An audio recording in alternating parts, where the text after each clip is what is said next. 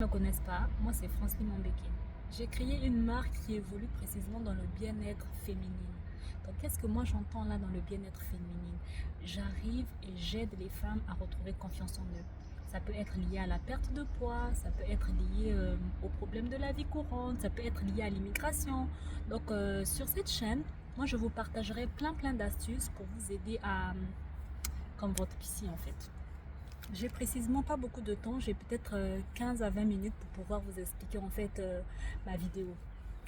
Là, je suis en pause, donc moi je combine mon boulot où je suis salariée, à la fin du mois on me paye et je souhaite aussi faire évoluer ma marque dans le bien-être.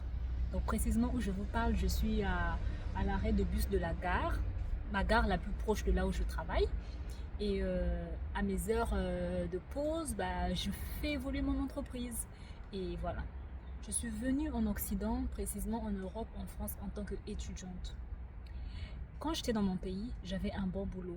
J'étais directrice dans une entreprise de télécommunications, comme je dirais ici en France, Bouygues, ou aux États-Unis, je ne sais pas comment vous appelez ça, ou au Canada, comment vous appelez ça. Voilà, les opérateurs téléphoniques. Voilà, je travaillais dans une entreprise comme ça dans la place, dans mon pays, où j'étais directrice financière. Donc je vous laisse imaginer l'argent que je gérais, je vous laisse imaginer les millions que je touchais matin, midi, soir.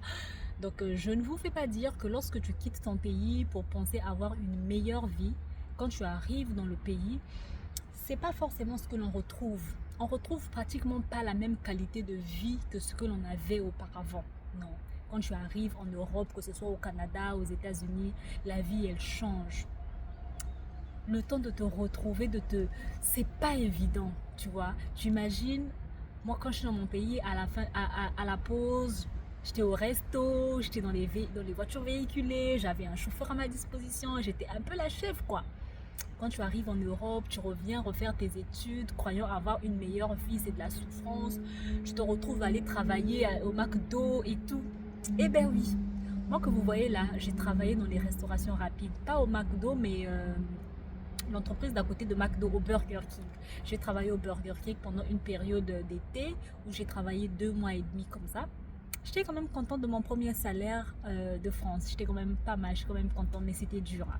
Tu te levais tôt le matin, tu partais au boulot, tu finissais tard le soir à 23 h. Je me retrouvais en train de marcher à pied comme ça, histoire d'arriver pas trop tard. C'était vraiment pas évident. Et j'ai dit que je vais pas lâcher. Peu importe, je vais pas lâcher. Je suis arrivée en France en 2020. Pour les études, j'ai eu un visa étudiant, une année. Donc quand tu as ce visa-là, quand tu arrives en France, ça te donne droit à un titre de séjour. Donc j'en ai profité d'aller à l'école, j'ai validé ma première année. Sachant que j'avais déjà obtenu une licence en administration, économie et gestion financière en Afrique, quand j'arrive en Europe, on ne reconnaît pas ma licence, uniquement le bac.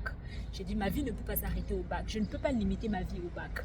Donc ce qui veut dire que je suis dans l'obligation, étant donné que j'ai un visa long séjour, je suis dans l'obligation en fait de pouvoir poursuivre mes études et avoir au moins un diplôme reconnu ici en Europe.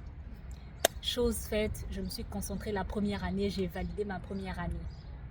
Et j'ai patienté la deuxième année, j'ai changé de ville, j'ai rencontré plein de petits problèmes liés à la famille, liés à où j'habitais. Je ne pouvais plus habiter ici, il fallait que j'aille habiter ailleurs, il fallait que je change de maison, il fallait que je change de ville.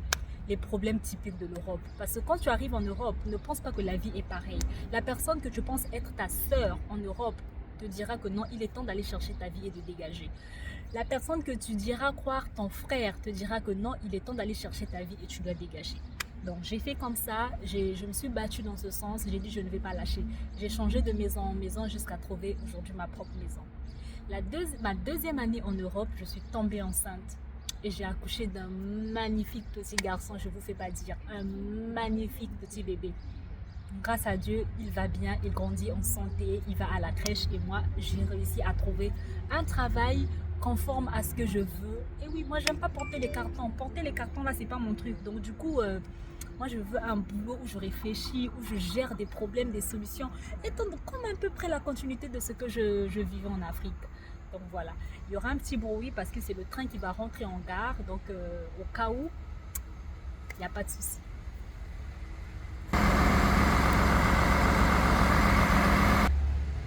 Donc il nous reste à peu près 15 minutes pour pouvoir terminer cette vidéo. Le train vient de partir, donc du coup je peux parler et vous allez pouvoir m'écouter. Donc, je continue avec ma vie en France. De chef financière à employé en restauration rapide. Eh bien, c'est ma vie. Ma vie n'est pas encore terminée. Je me bats tous les jours pour pouvoir réussir. Je me bats tous les jours pour pouvoir avoir une meilleure vie. Et tant que je vis, tant que je respire, tant que le Seigneur m'accorde la force de réfléchir, tant que le Seigneur m'accorde le mental de pouvoir pousser mon mindset plus loin, je m'éduque tous les jours. Je vais au boulot, je m'éduque dans mon travail, je fais un boulot formidable. Ah oui, croyez-moi, je fais un boulot formidable. La personne que vous voyez ici, là, ce jour, a une tête. Je résous des dossiers, je résous des problèmes à hauteur de 200 000 euros, 300 000 euros, 500 000 euros. Eh oui, mais c'est pas mon argent, mais je résous des dossiers qui ont des valeurs énormes et colossales. Donc imagine, je te laisse imaginer. Oui, je suis gestionnaire dans une entreprise d'assurance. Je viens d'avoir mon diplôme et j'ai commencé à travailler, j'ai trouvé ce boulot, j'ai commencé à travailler avant même d'avoir mon diplôme, avant même de pouvoir changer mon titre de séjour étudiante en vie privée familiale. Mais là n'est pas la suite, là n'est pas l'objet de notre vidéo. L'objet de notre vidéo aujourd'hui, c'est que je vous pousse et je vous conseille à pouvoir vous évoluer dans la vie. Ne vous limitez pas à ce que vous avez aujourd'hui. Ne vous limitez pas à la souffrance d'aujourd'hui. Non, derrière la souffrance d'aujourd'hui, sache qu'il y a une récompense demain. Parce que la souffrance d'aujourd'hui n'est pas faite pour durer. Si tu penses que cette souffrance va durer, ce qui veut dire que tu ne te lèves pas le matin, tu ne t'habilles pas le matin, tu ne réfléchis pas, tu ne pousses pas ton mindset plus loin. Mais le matin, quand tu te lèves, pousse ton mindset plus loin, réfléchis à ta vie, pense au changement, pense au développement, lève-toi, bats-toi et va chercher. D'accord ? Lève-toi, bats-toi et va chercher. Aucune souffrance n'est faite pour durer. Aucune souffrance n'est faite pour être éternelle. La souffrance, elle peut être là aujourd'hui, mais combat cette souffrance pour ne pas qu'elle perdure dans le temps. Combat cette souffrance. Moi, j'ai quitté l'Afrique où j'avais un bon boulot de bureau, où je comptais les millions et des millions. Je suis arrivée en France étant étudiante, j'ai tout perdu. Toutes mes économies, j'ai perdu parce que la monnaie n'avait pas assez de valeur. Je me suis retrouvée un petit job d'été où j'étais employée polyvalent au Burger King. C'était ça mon premier boulot en France. Employée polyvalent à Burger King. Où quand tu travaillais par jour, tu avais droit à 2 euros. Donc tu pouvais t'acheter un burger de 6 euros, tu dépensais que 4 euros.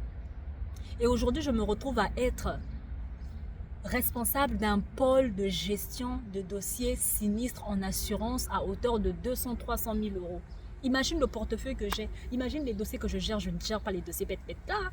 Je gère les dossiers des ministres, je gère les dossiers des directeurs, je gère les dossiers de plein de gens. Je ne pouvais pas imaginer. Mais si aujourd'hui j'arrive à gérer ces dossiers, c'est tout simplement parce que j'ai poussé ma réflexion plus loin. Je n'ai jamais travaillé dans le domaine de l'assurance. Mais aujourd'hui, je travaille dans le domaine de l'assurance. Et pourquoi? Tout simplement parce que j'ai poussé mon mental à aller au-delà de ce que je peux penser. J'ai poussé mon mental à aller au-delà de ce que je peux imaginer et j'ai poussé et je continuerai à pousser. Étant donné que je sais que je fais très bien mon travail, j'ai toujours rêvé d'être chef d'entreprise. J'ai toujours rêvé ça. Mais aujourd'hui, avec les conditions, je n'ai pas totalement mis tout en place. Mais à côté de mon job de salarié, je continue toujours à mener ma petite entreprise dans le bien-être. Et donc, dans ma petite entreprise, tu retrouveras les thés minceurs, les thés ventre plat, surtout le thé ventre plat qui m'a perdu à casser tout le ventre. Oh oui, crois-moi, j'ai réussi à perdre tout le ventre. Tout le gras lié à la grossesse, tous les kilos en trop que j'ai pris pendant ma grossesse. J'ai éliminé tous ces kilos, mais en un laps de temps, tu n'as même pas idée. Si toi aussi tu souhaites perdre du poids, sans sport, sans effort, sans régime et tout, je te propose ma cure minceur, infusion ventre plat que tu peux faire bouillir ou que tu peux faire infuser selon ton choix. Prends cela, fais un peu de petite marche, respecte tout simplement ton alimentation, tu retrouveras la taille qu'il te faut. Tu retrouveras le poids idéal qu'il te faut. Parce que le nécessaire, ce n'est pas d'être mince. Le nécessaire, c'est d'avoir un poids idéal qui nous permet d'être aussi en bonne santé.